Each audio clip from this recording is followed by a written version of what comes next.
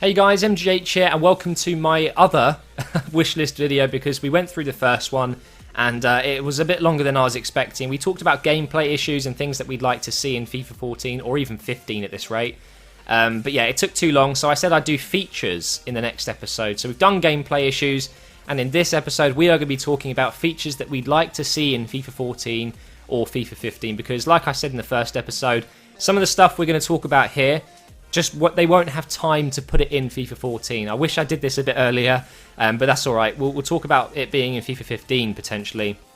Now features, by that I mean things that are not necessarily the gameplay when you're actually playing the game, but stuff that you can do on the game, or just things that they can put into the game that increases its longevity, or just the fun aspect of the game, alright? So we're just going to be talking about features completely.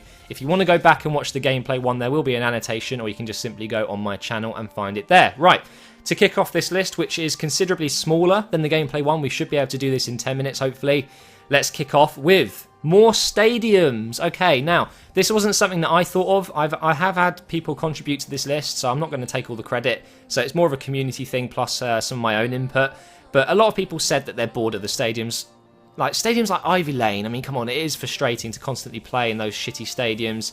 When you're playing as a League 2 team, a League 1 team, or a Championship team in career mode, for example, you can pick your own stadium, obviously, but there's only a handful of stadiums that look League 1-ish, if you know what I mean.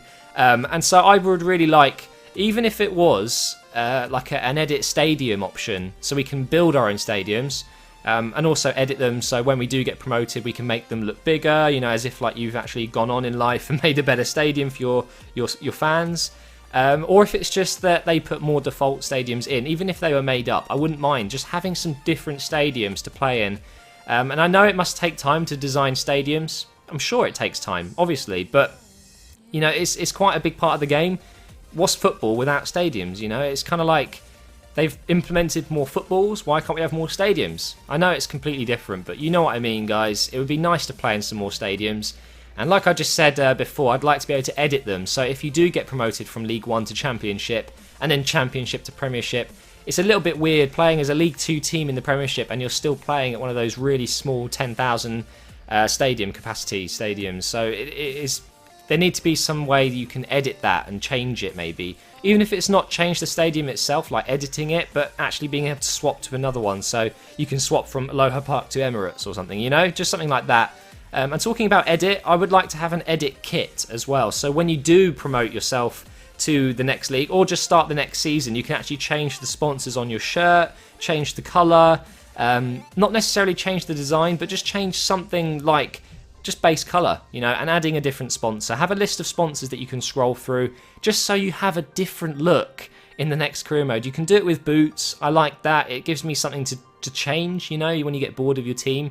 But having like a different shirt sponsor would fix a lot of problems that annoy us, like having a team in 2020 wearing the same kit as 2012. It's logic, isn't it? You'd want to be able to change it. Now, I guess it would take time to implement that in the game, but I'd like to see that in FIFA 15 for sure. Now, the next thing, laggy menus. They're such a problem in this game. I have noticed, actually, there's two different types of laggy menu. One is, let's talk about career mode first. When you're playing career mode, before you go into a match, so you're in your main career mode hub, that's when the menus are laggy. So if you go into your squad and you try to move players around and change formation, just scrolling down through the players can take 3 to 4 seconds each player, and sometimes instead of jumping down by 1, it jumps down by 2 or 3. It's really, really frustrating to operate. It really is. But then, if you go into next game, play game, and then when you're in the menu where you're just about to hit play match, those menus are fine. If you go into your squad there and you attempt to change your players, everything is perfectly smooth.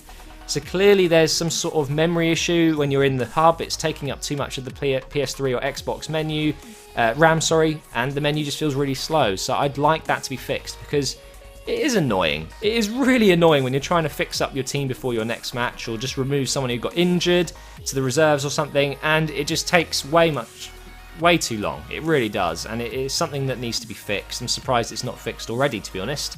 And now I'm sure I'll be saying that again in this episode. Now, the next two things are career mode only, but they're new career modes. So let me know what you think about these. They're a bit outlandish. You've heard them before probably, but don't forget to leave a comment. Tell me what you think about them. So the first one is online career mode. This means that instead of playing offline against the CPU, when you have a match, you actually search for a player or another person online in their kind of stage of career mode as you, the same stage. And I don't know how it would work in terms of, say you're Aston Villa and you've got a game against QPR. I don't think it'll work if when you play match it has to search for someone who's playing with QPR. I don't think it will work like that because, well, there might not be anyone playing as QPR. I think it's likely there would be, but you know what I mean. It's difficult to search for that one person who's playing same kind of stage of the season, maybe not the same stage, but with the same team. I think maybe there's going to have to be some sort of way, where say they are QPR, but your game is against a Newcastle team. Their QPR team looks like Newcastle to you. If you know what I mean. It's so difficult to explain it. I'd need to talk about it in a separate video maybe more and research my idea more. But you kind of get the idea, right? It'd be nice to play online in career mode so your matches are always against someone else. Imagine winning the league and you've played 38 times online. It'd be pretty cool. The next one was official career mode. So that I'm going to call it the official career mode. And by that I mean it's still offline, but you can only play one game a week. So you start your season in August. Obviously, that'll be a bit difficult when the game's not out, so it'll be September you have to start. You're allowed to play the 3 matches to catch up maybe to September, but then you can only play the fixtures when they're happening in real life. So you can only play your game on the Saturday kind of thing. Now, I know it's a little bit silly thinking that you might not be allowed to play, or you might miss that Saturday and then you get a 3-0 defeat or something. It won't work like that, but it unlocks that Saturday. So if you wanted to, you could wait till next March and you would have all of those fixtures built up to play. But I just think it'd be cool because then you won't know the result of that league until the end of the actual league in real life, and then you can kind of compare where you've been to where your team's been in real life. I'd really like that. Imagine starting a career mode with Chelsea and your first game is on the Saturday. Obviously you won't have the game straight away, so you'll have to do 5 or 6 fixtures by the time the game comes out. But then you can only play the next match every Saturday. So every Saturday you've got to do your career mode match. It'd be cool. I'd really like that. Let me know your thoughts on that. And also let me know if you'd like a separate video talking about these career mode ideas. I probably will actually. Next thing I've got here is Ultimate Team single matches. We'd like to see them back. I think Ultimate Team is way too competitive. The fact that there's just divisions now and tournaments and there's no single match just to test your skills or test a new team. And also for people like me who want to get gameplay to review players and stuff, or just to do some sort of team hybrid test, it'd be nice to have single matches, so if you lose it really doesn't matter.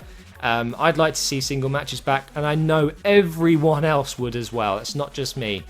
Next thing I've got here is Ultimate Team bugs and glitches. There are way too many in this game. And again, I kind of want to say exactly what I said at the end of the last episode. If there is someone at EA watching this, I don't mean it in a really horrible way, but you've got to be ashamed of yourself. The way the game plays 8 months after being released it's a joke. I mean, there's still, trade pile glitches in Ultimate Team where you buy a player and he disappears, and, there's so many bugs and freezing issues in this game for a game that cost me £45. And it's 8 months, and it's still not fixed. It's embarrassing, actually. It's not just about feeling sorry for them, but actually them feeling ashamed of themselves. But it's embarrassing to the gaming industry that a game has been out for this long, and it's such a big game. Millions and millions of people play it worldwide. It's almost the most popular game on YouTube, behind Call of Duty and other Minecraft and stuff like that. But the fact it's not fixed is just embarrassing. It really is. And I understand it's a difficult process, but if you're going to be releasing games for £45, I think at least have it work. If people don't like it, that's their problem. But if it's broken, there's plenty of people I know who can't play career mode because of freezing issues. I mean, that's ridiculous. That is ridiculous. They can't play a game mode because of your problems. It's not good enough. Anyway, I'm getting into a bit of a waffle on about EA there. Next thing is improving the servers. Another issue that people have had in this game, especially me as well. FIFA 12 was worse for me. I mean, I couldn't play an Ultimate Team match on that. Every time I'd finish the match and disconnect, so I'd get a loss even if I won. In this game, it seems to be a bit better, but I have found the actual in-game gameplay seems to be much more laggy than 12. And I don't know if that's just me. But, the servers in general, they're constantly going down, right? There's always issues in games of people disconnecting even though they're still connected to the internet. EA servers, you know, I'm always disconnecting from them in the menu. I can't tell you how many times I go into a menu and it says EA servers are not available right now. All of that shit seems to be every single time. Next thing here, new feature would be a more realistic pro career mode. A lot of people have played it but not enjoyed it this year just because it just lacks detail. It's literally just play games, you know, request transfer, or you're benched for this match, be called up to your national team. And I'd like to see that be just that a little bit more realistic. I think there's another game, I think it's the basketball game where you can be a pro on there, or it's the hockey one, which has just so much more. It'd be nice if you could kind of, you know, do that in FIFA. It'd be good to see. And the last thing I've got here is a wager mode. Now, I know this could be a bit controversial, seeing as gambling is obviously illegal if you're a kid. But I would like to see maybe an 18s only game mode. Now, I know this is very unlikely because it's not an 18 game and they would have to put an 18 on the cover. So this isn't going to happen. But I thought, you know what, there's a lot of YouTubers doing these wager match series things where they play against people for coins. And it seems to be a really interesting topic. People are really enjoying watching the videos at the moment. Maybe there was some way we could actually make it okay to do in FIFA. I'm pretty sure EA have said in the past that wagering on their game is completely not allowed. Obviously, there's not much they can do about it, but maybe there is some way we can prove we're 18 years old or more or whatever, and then enter a wager mode, kind of like in Black Ops 1, Call of Duty Black Ops, where you could wager your what were they called? I can't remember, your COD points or whatever. It'd be cool if you could wager coins in the game, but I don't see that happening. But yeah, those are the features that I wanted to talk about. Let me know what you thought. I will do separate videos for career mode. I think I want to do a full 10-minute video just talking about what I'd like to see in career mode, seeing as obviously that's my thing. And I might do an Ultimate Team one as well, because I want to play Ultimate Team, but it's just unplayable this year, and there are some things I want to discuss. So you can look forward to those over the next few days. But those are my two FIFA 14/15 wish lists, both gameplay and features, all talked about. Let me know what you think, guys, and if you've enjoyed it, please hit that like button. It's been a long time coming, this. Finally got there, and I'll see you next time.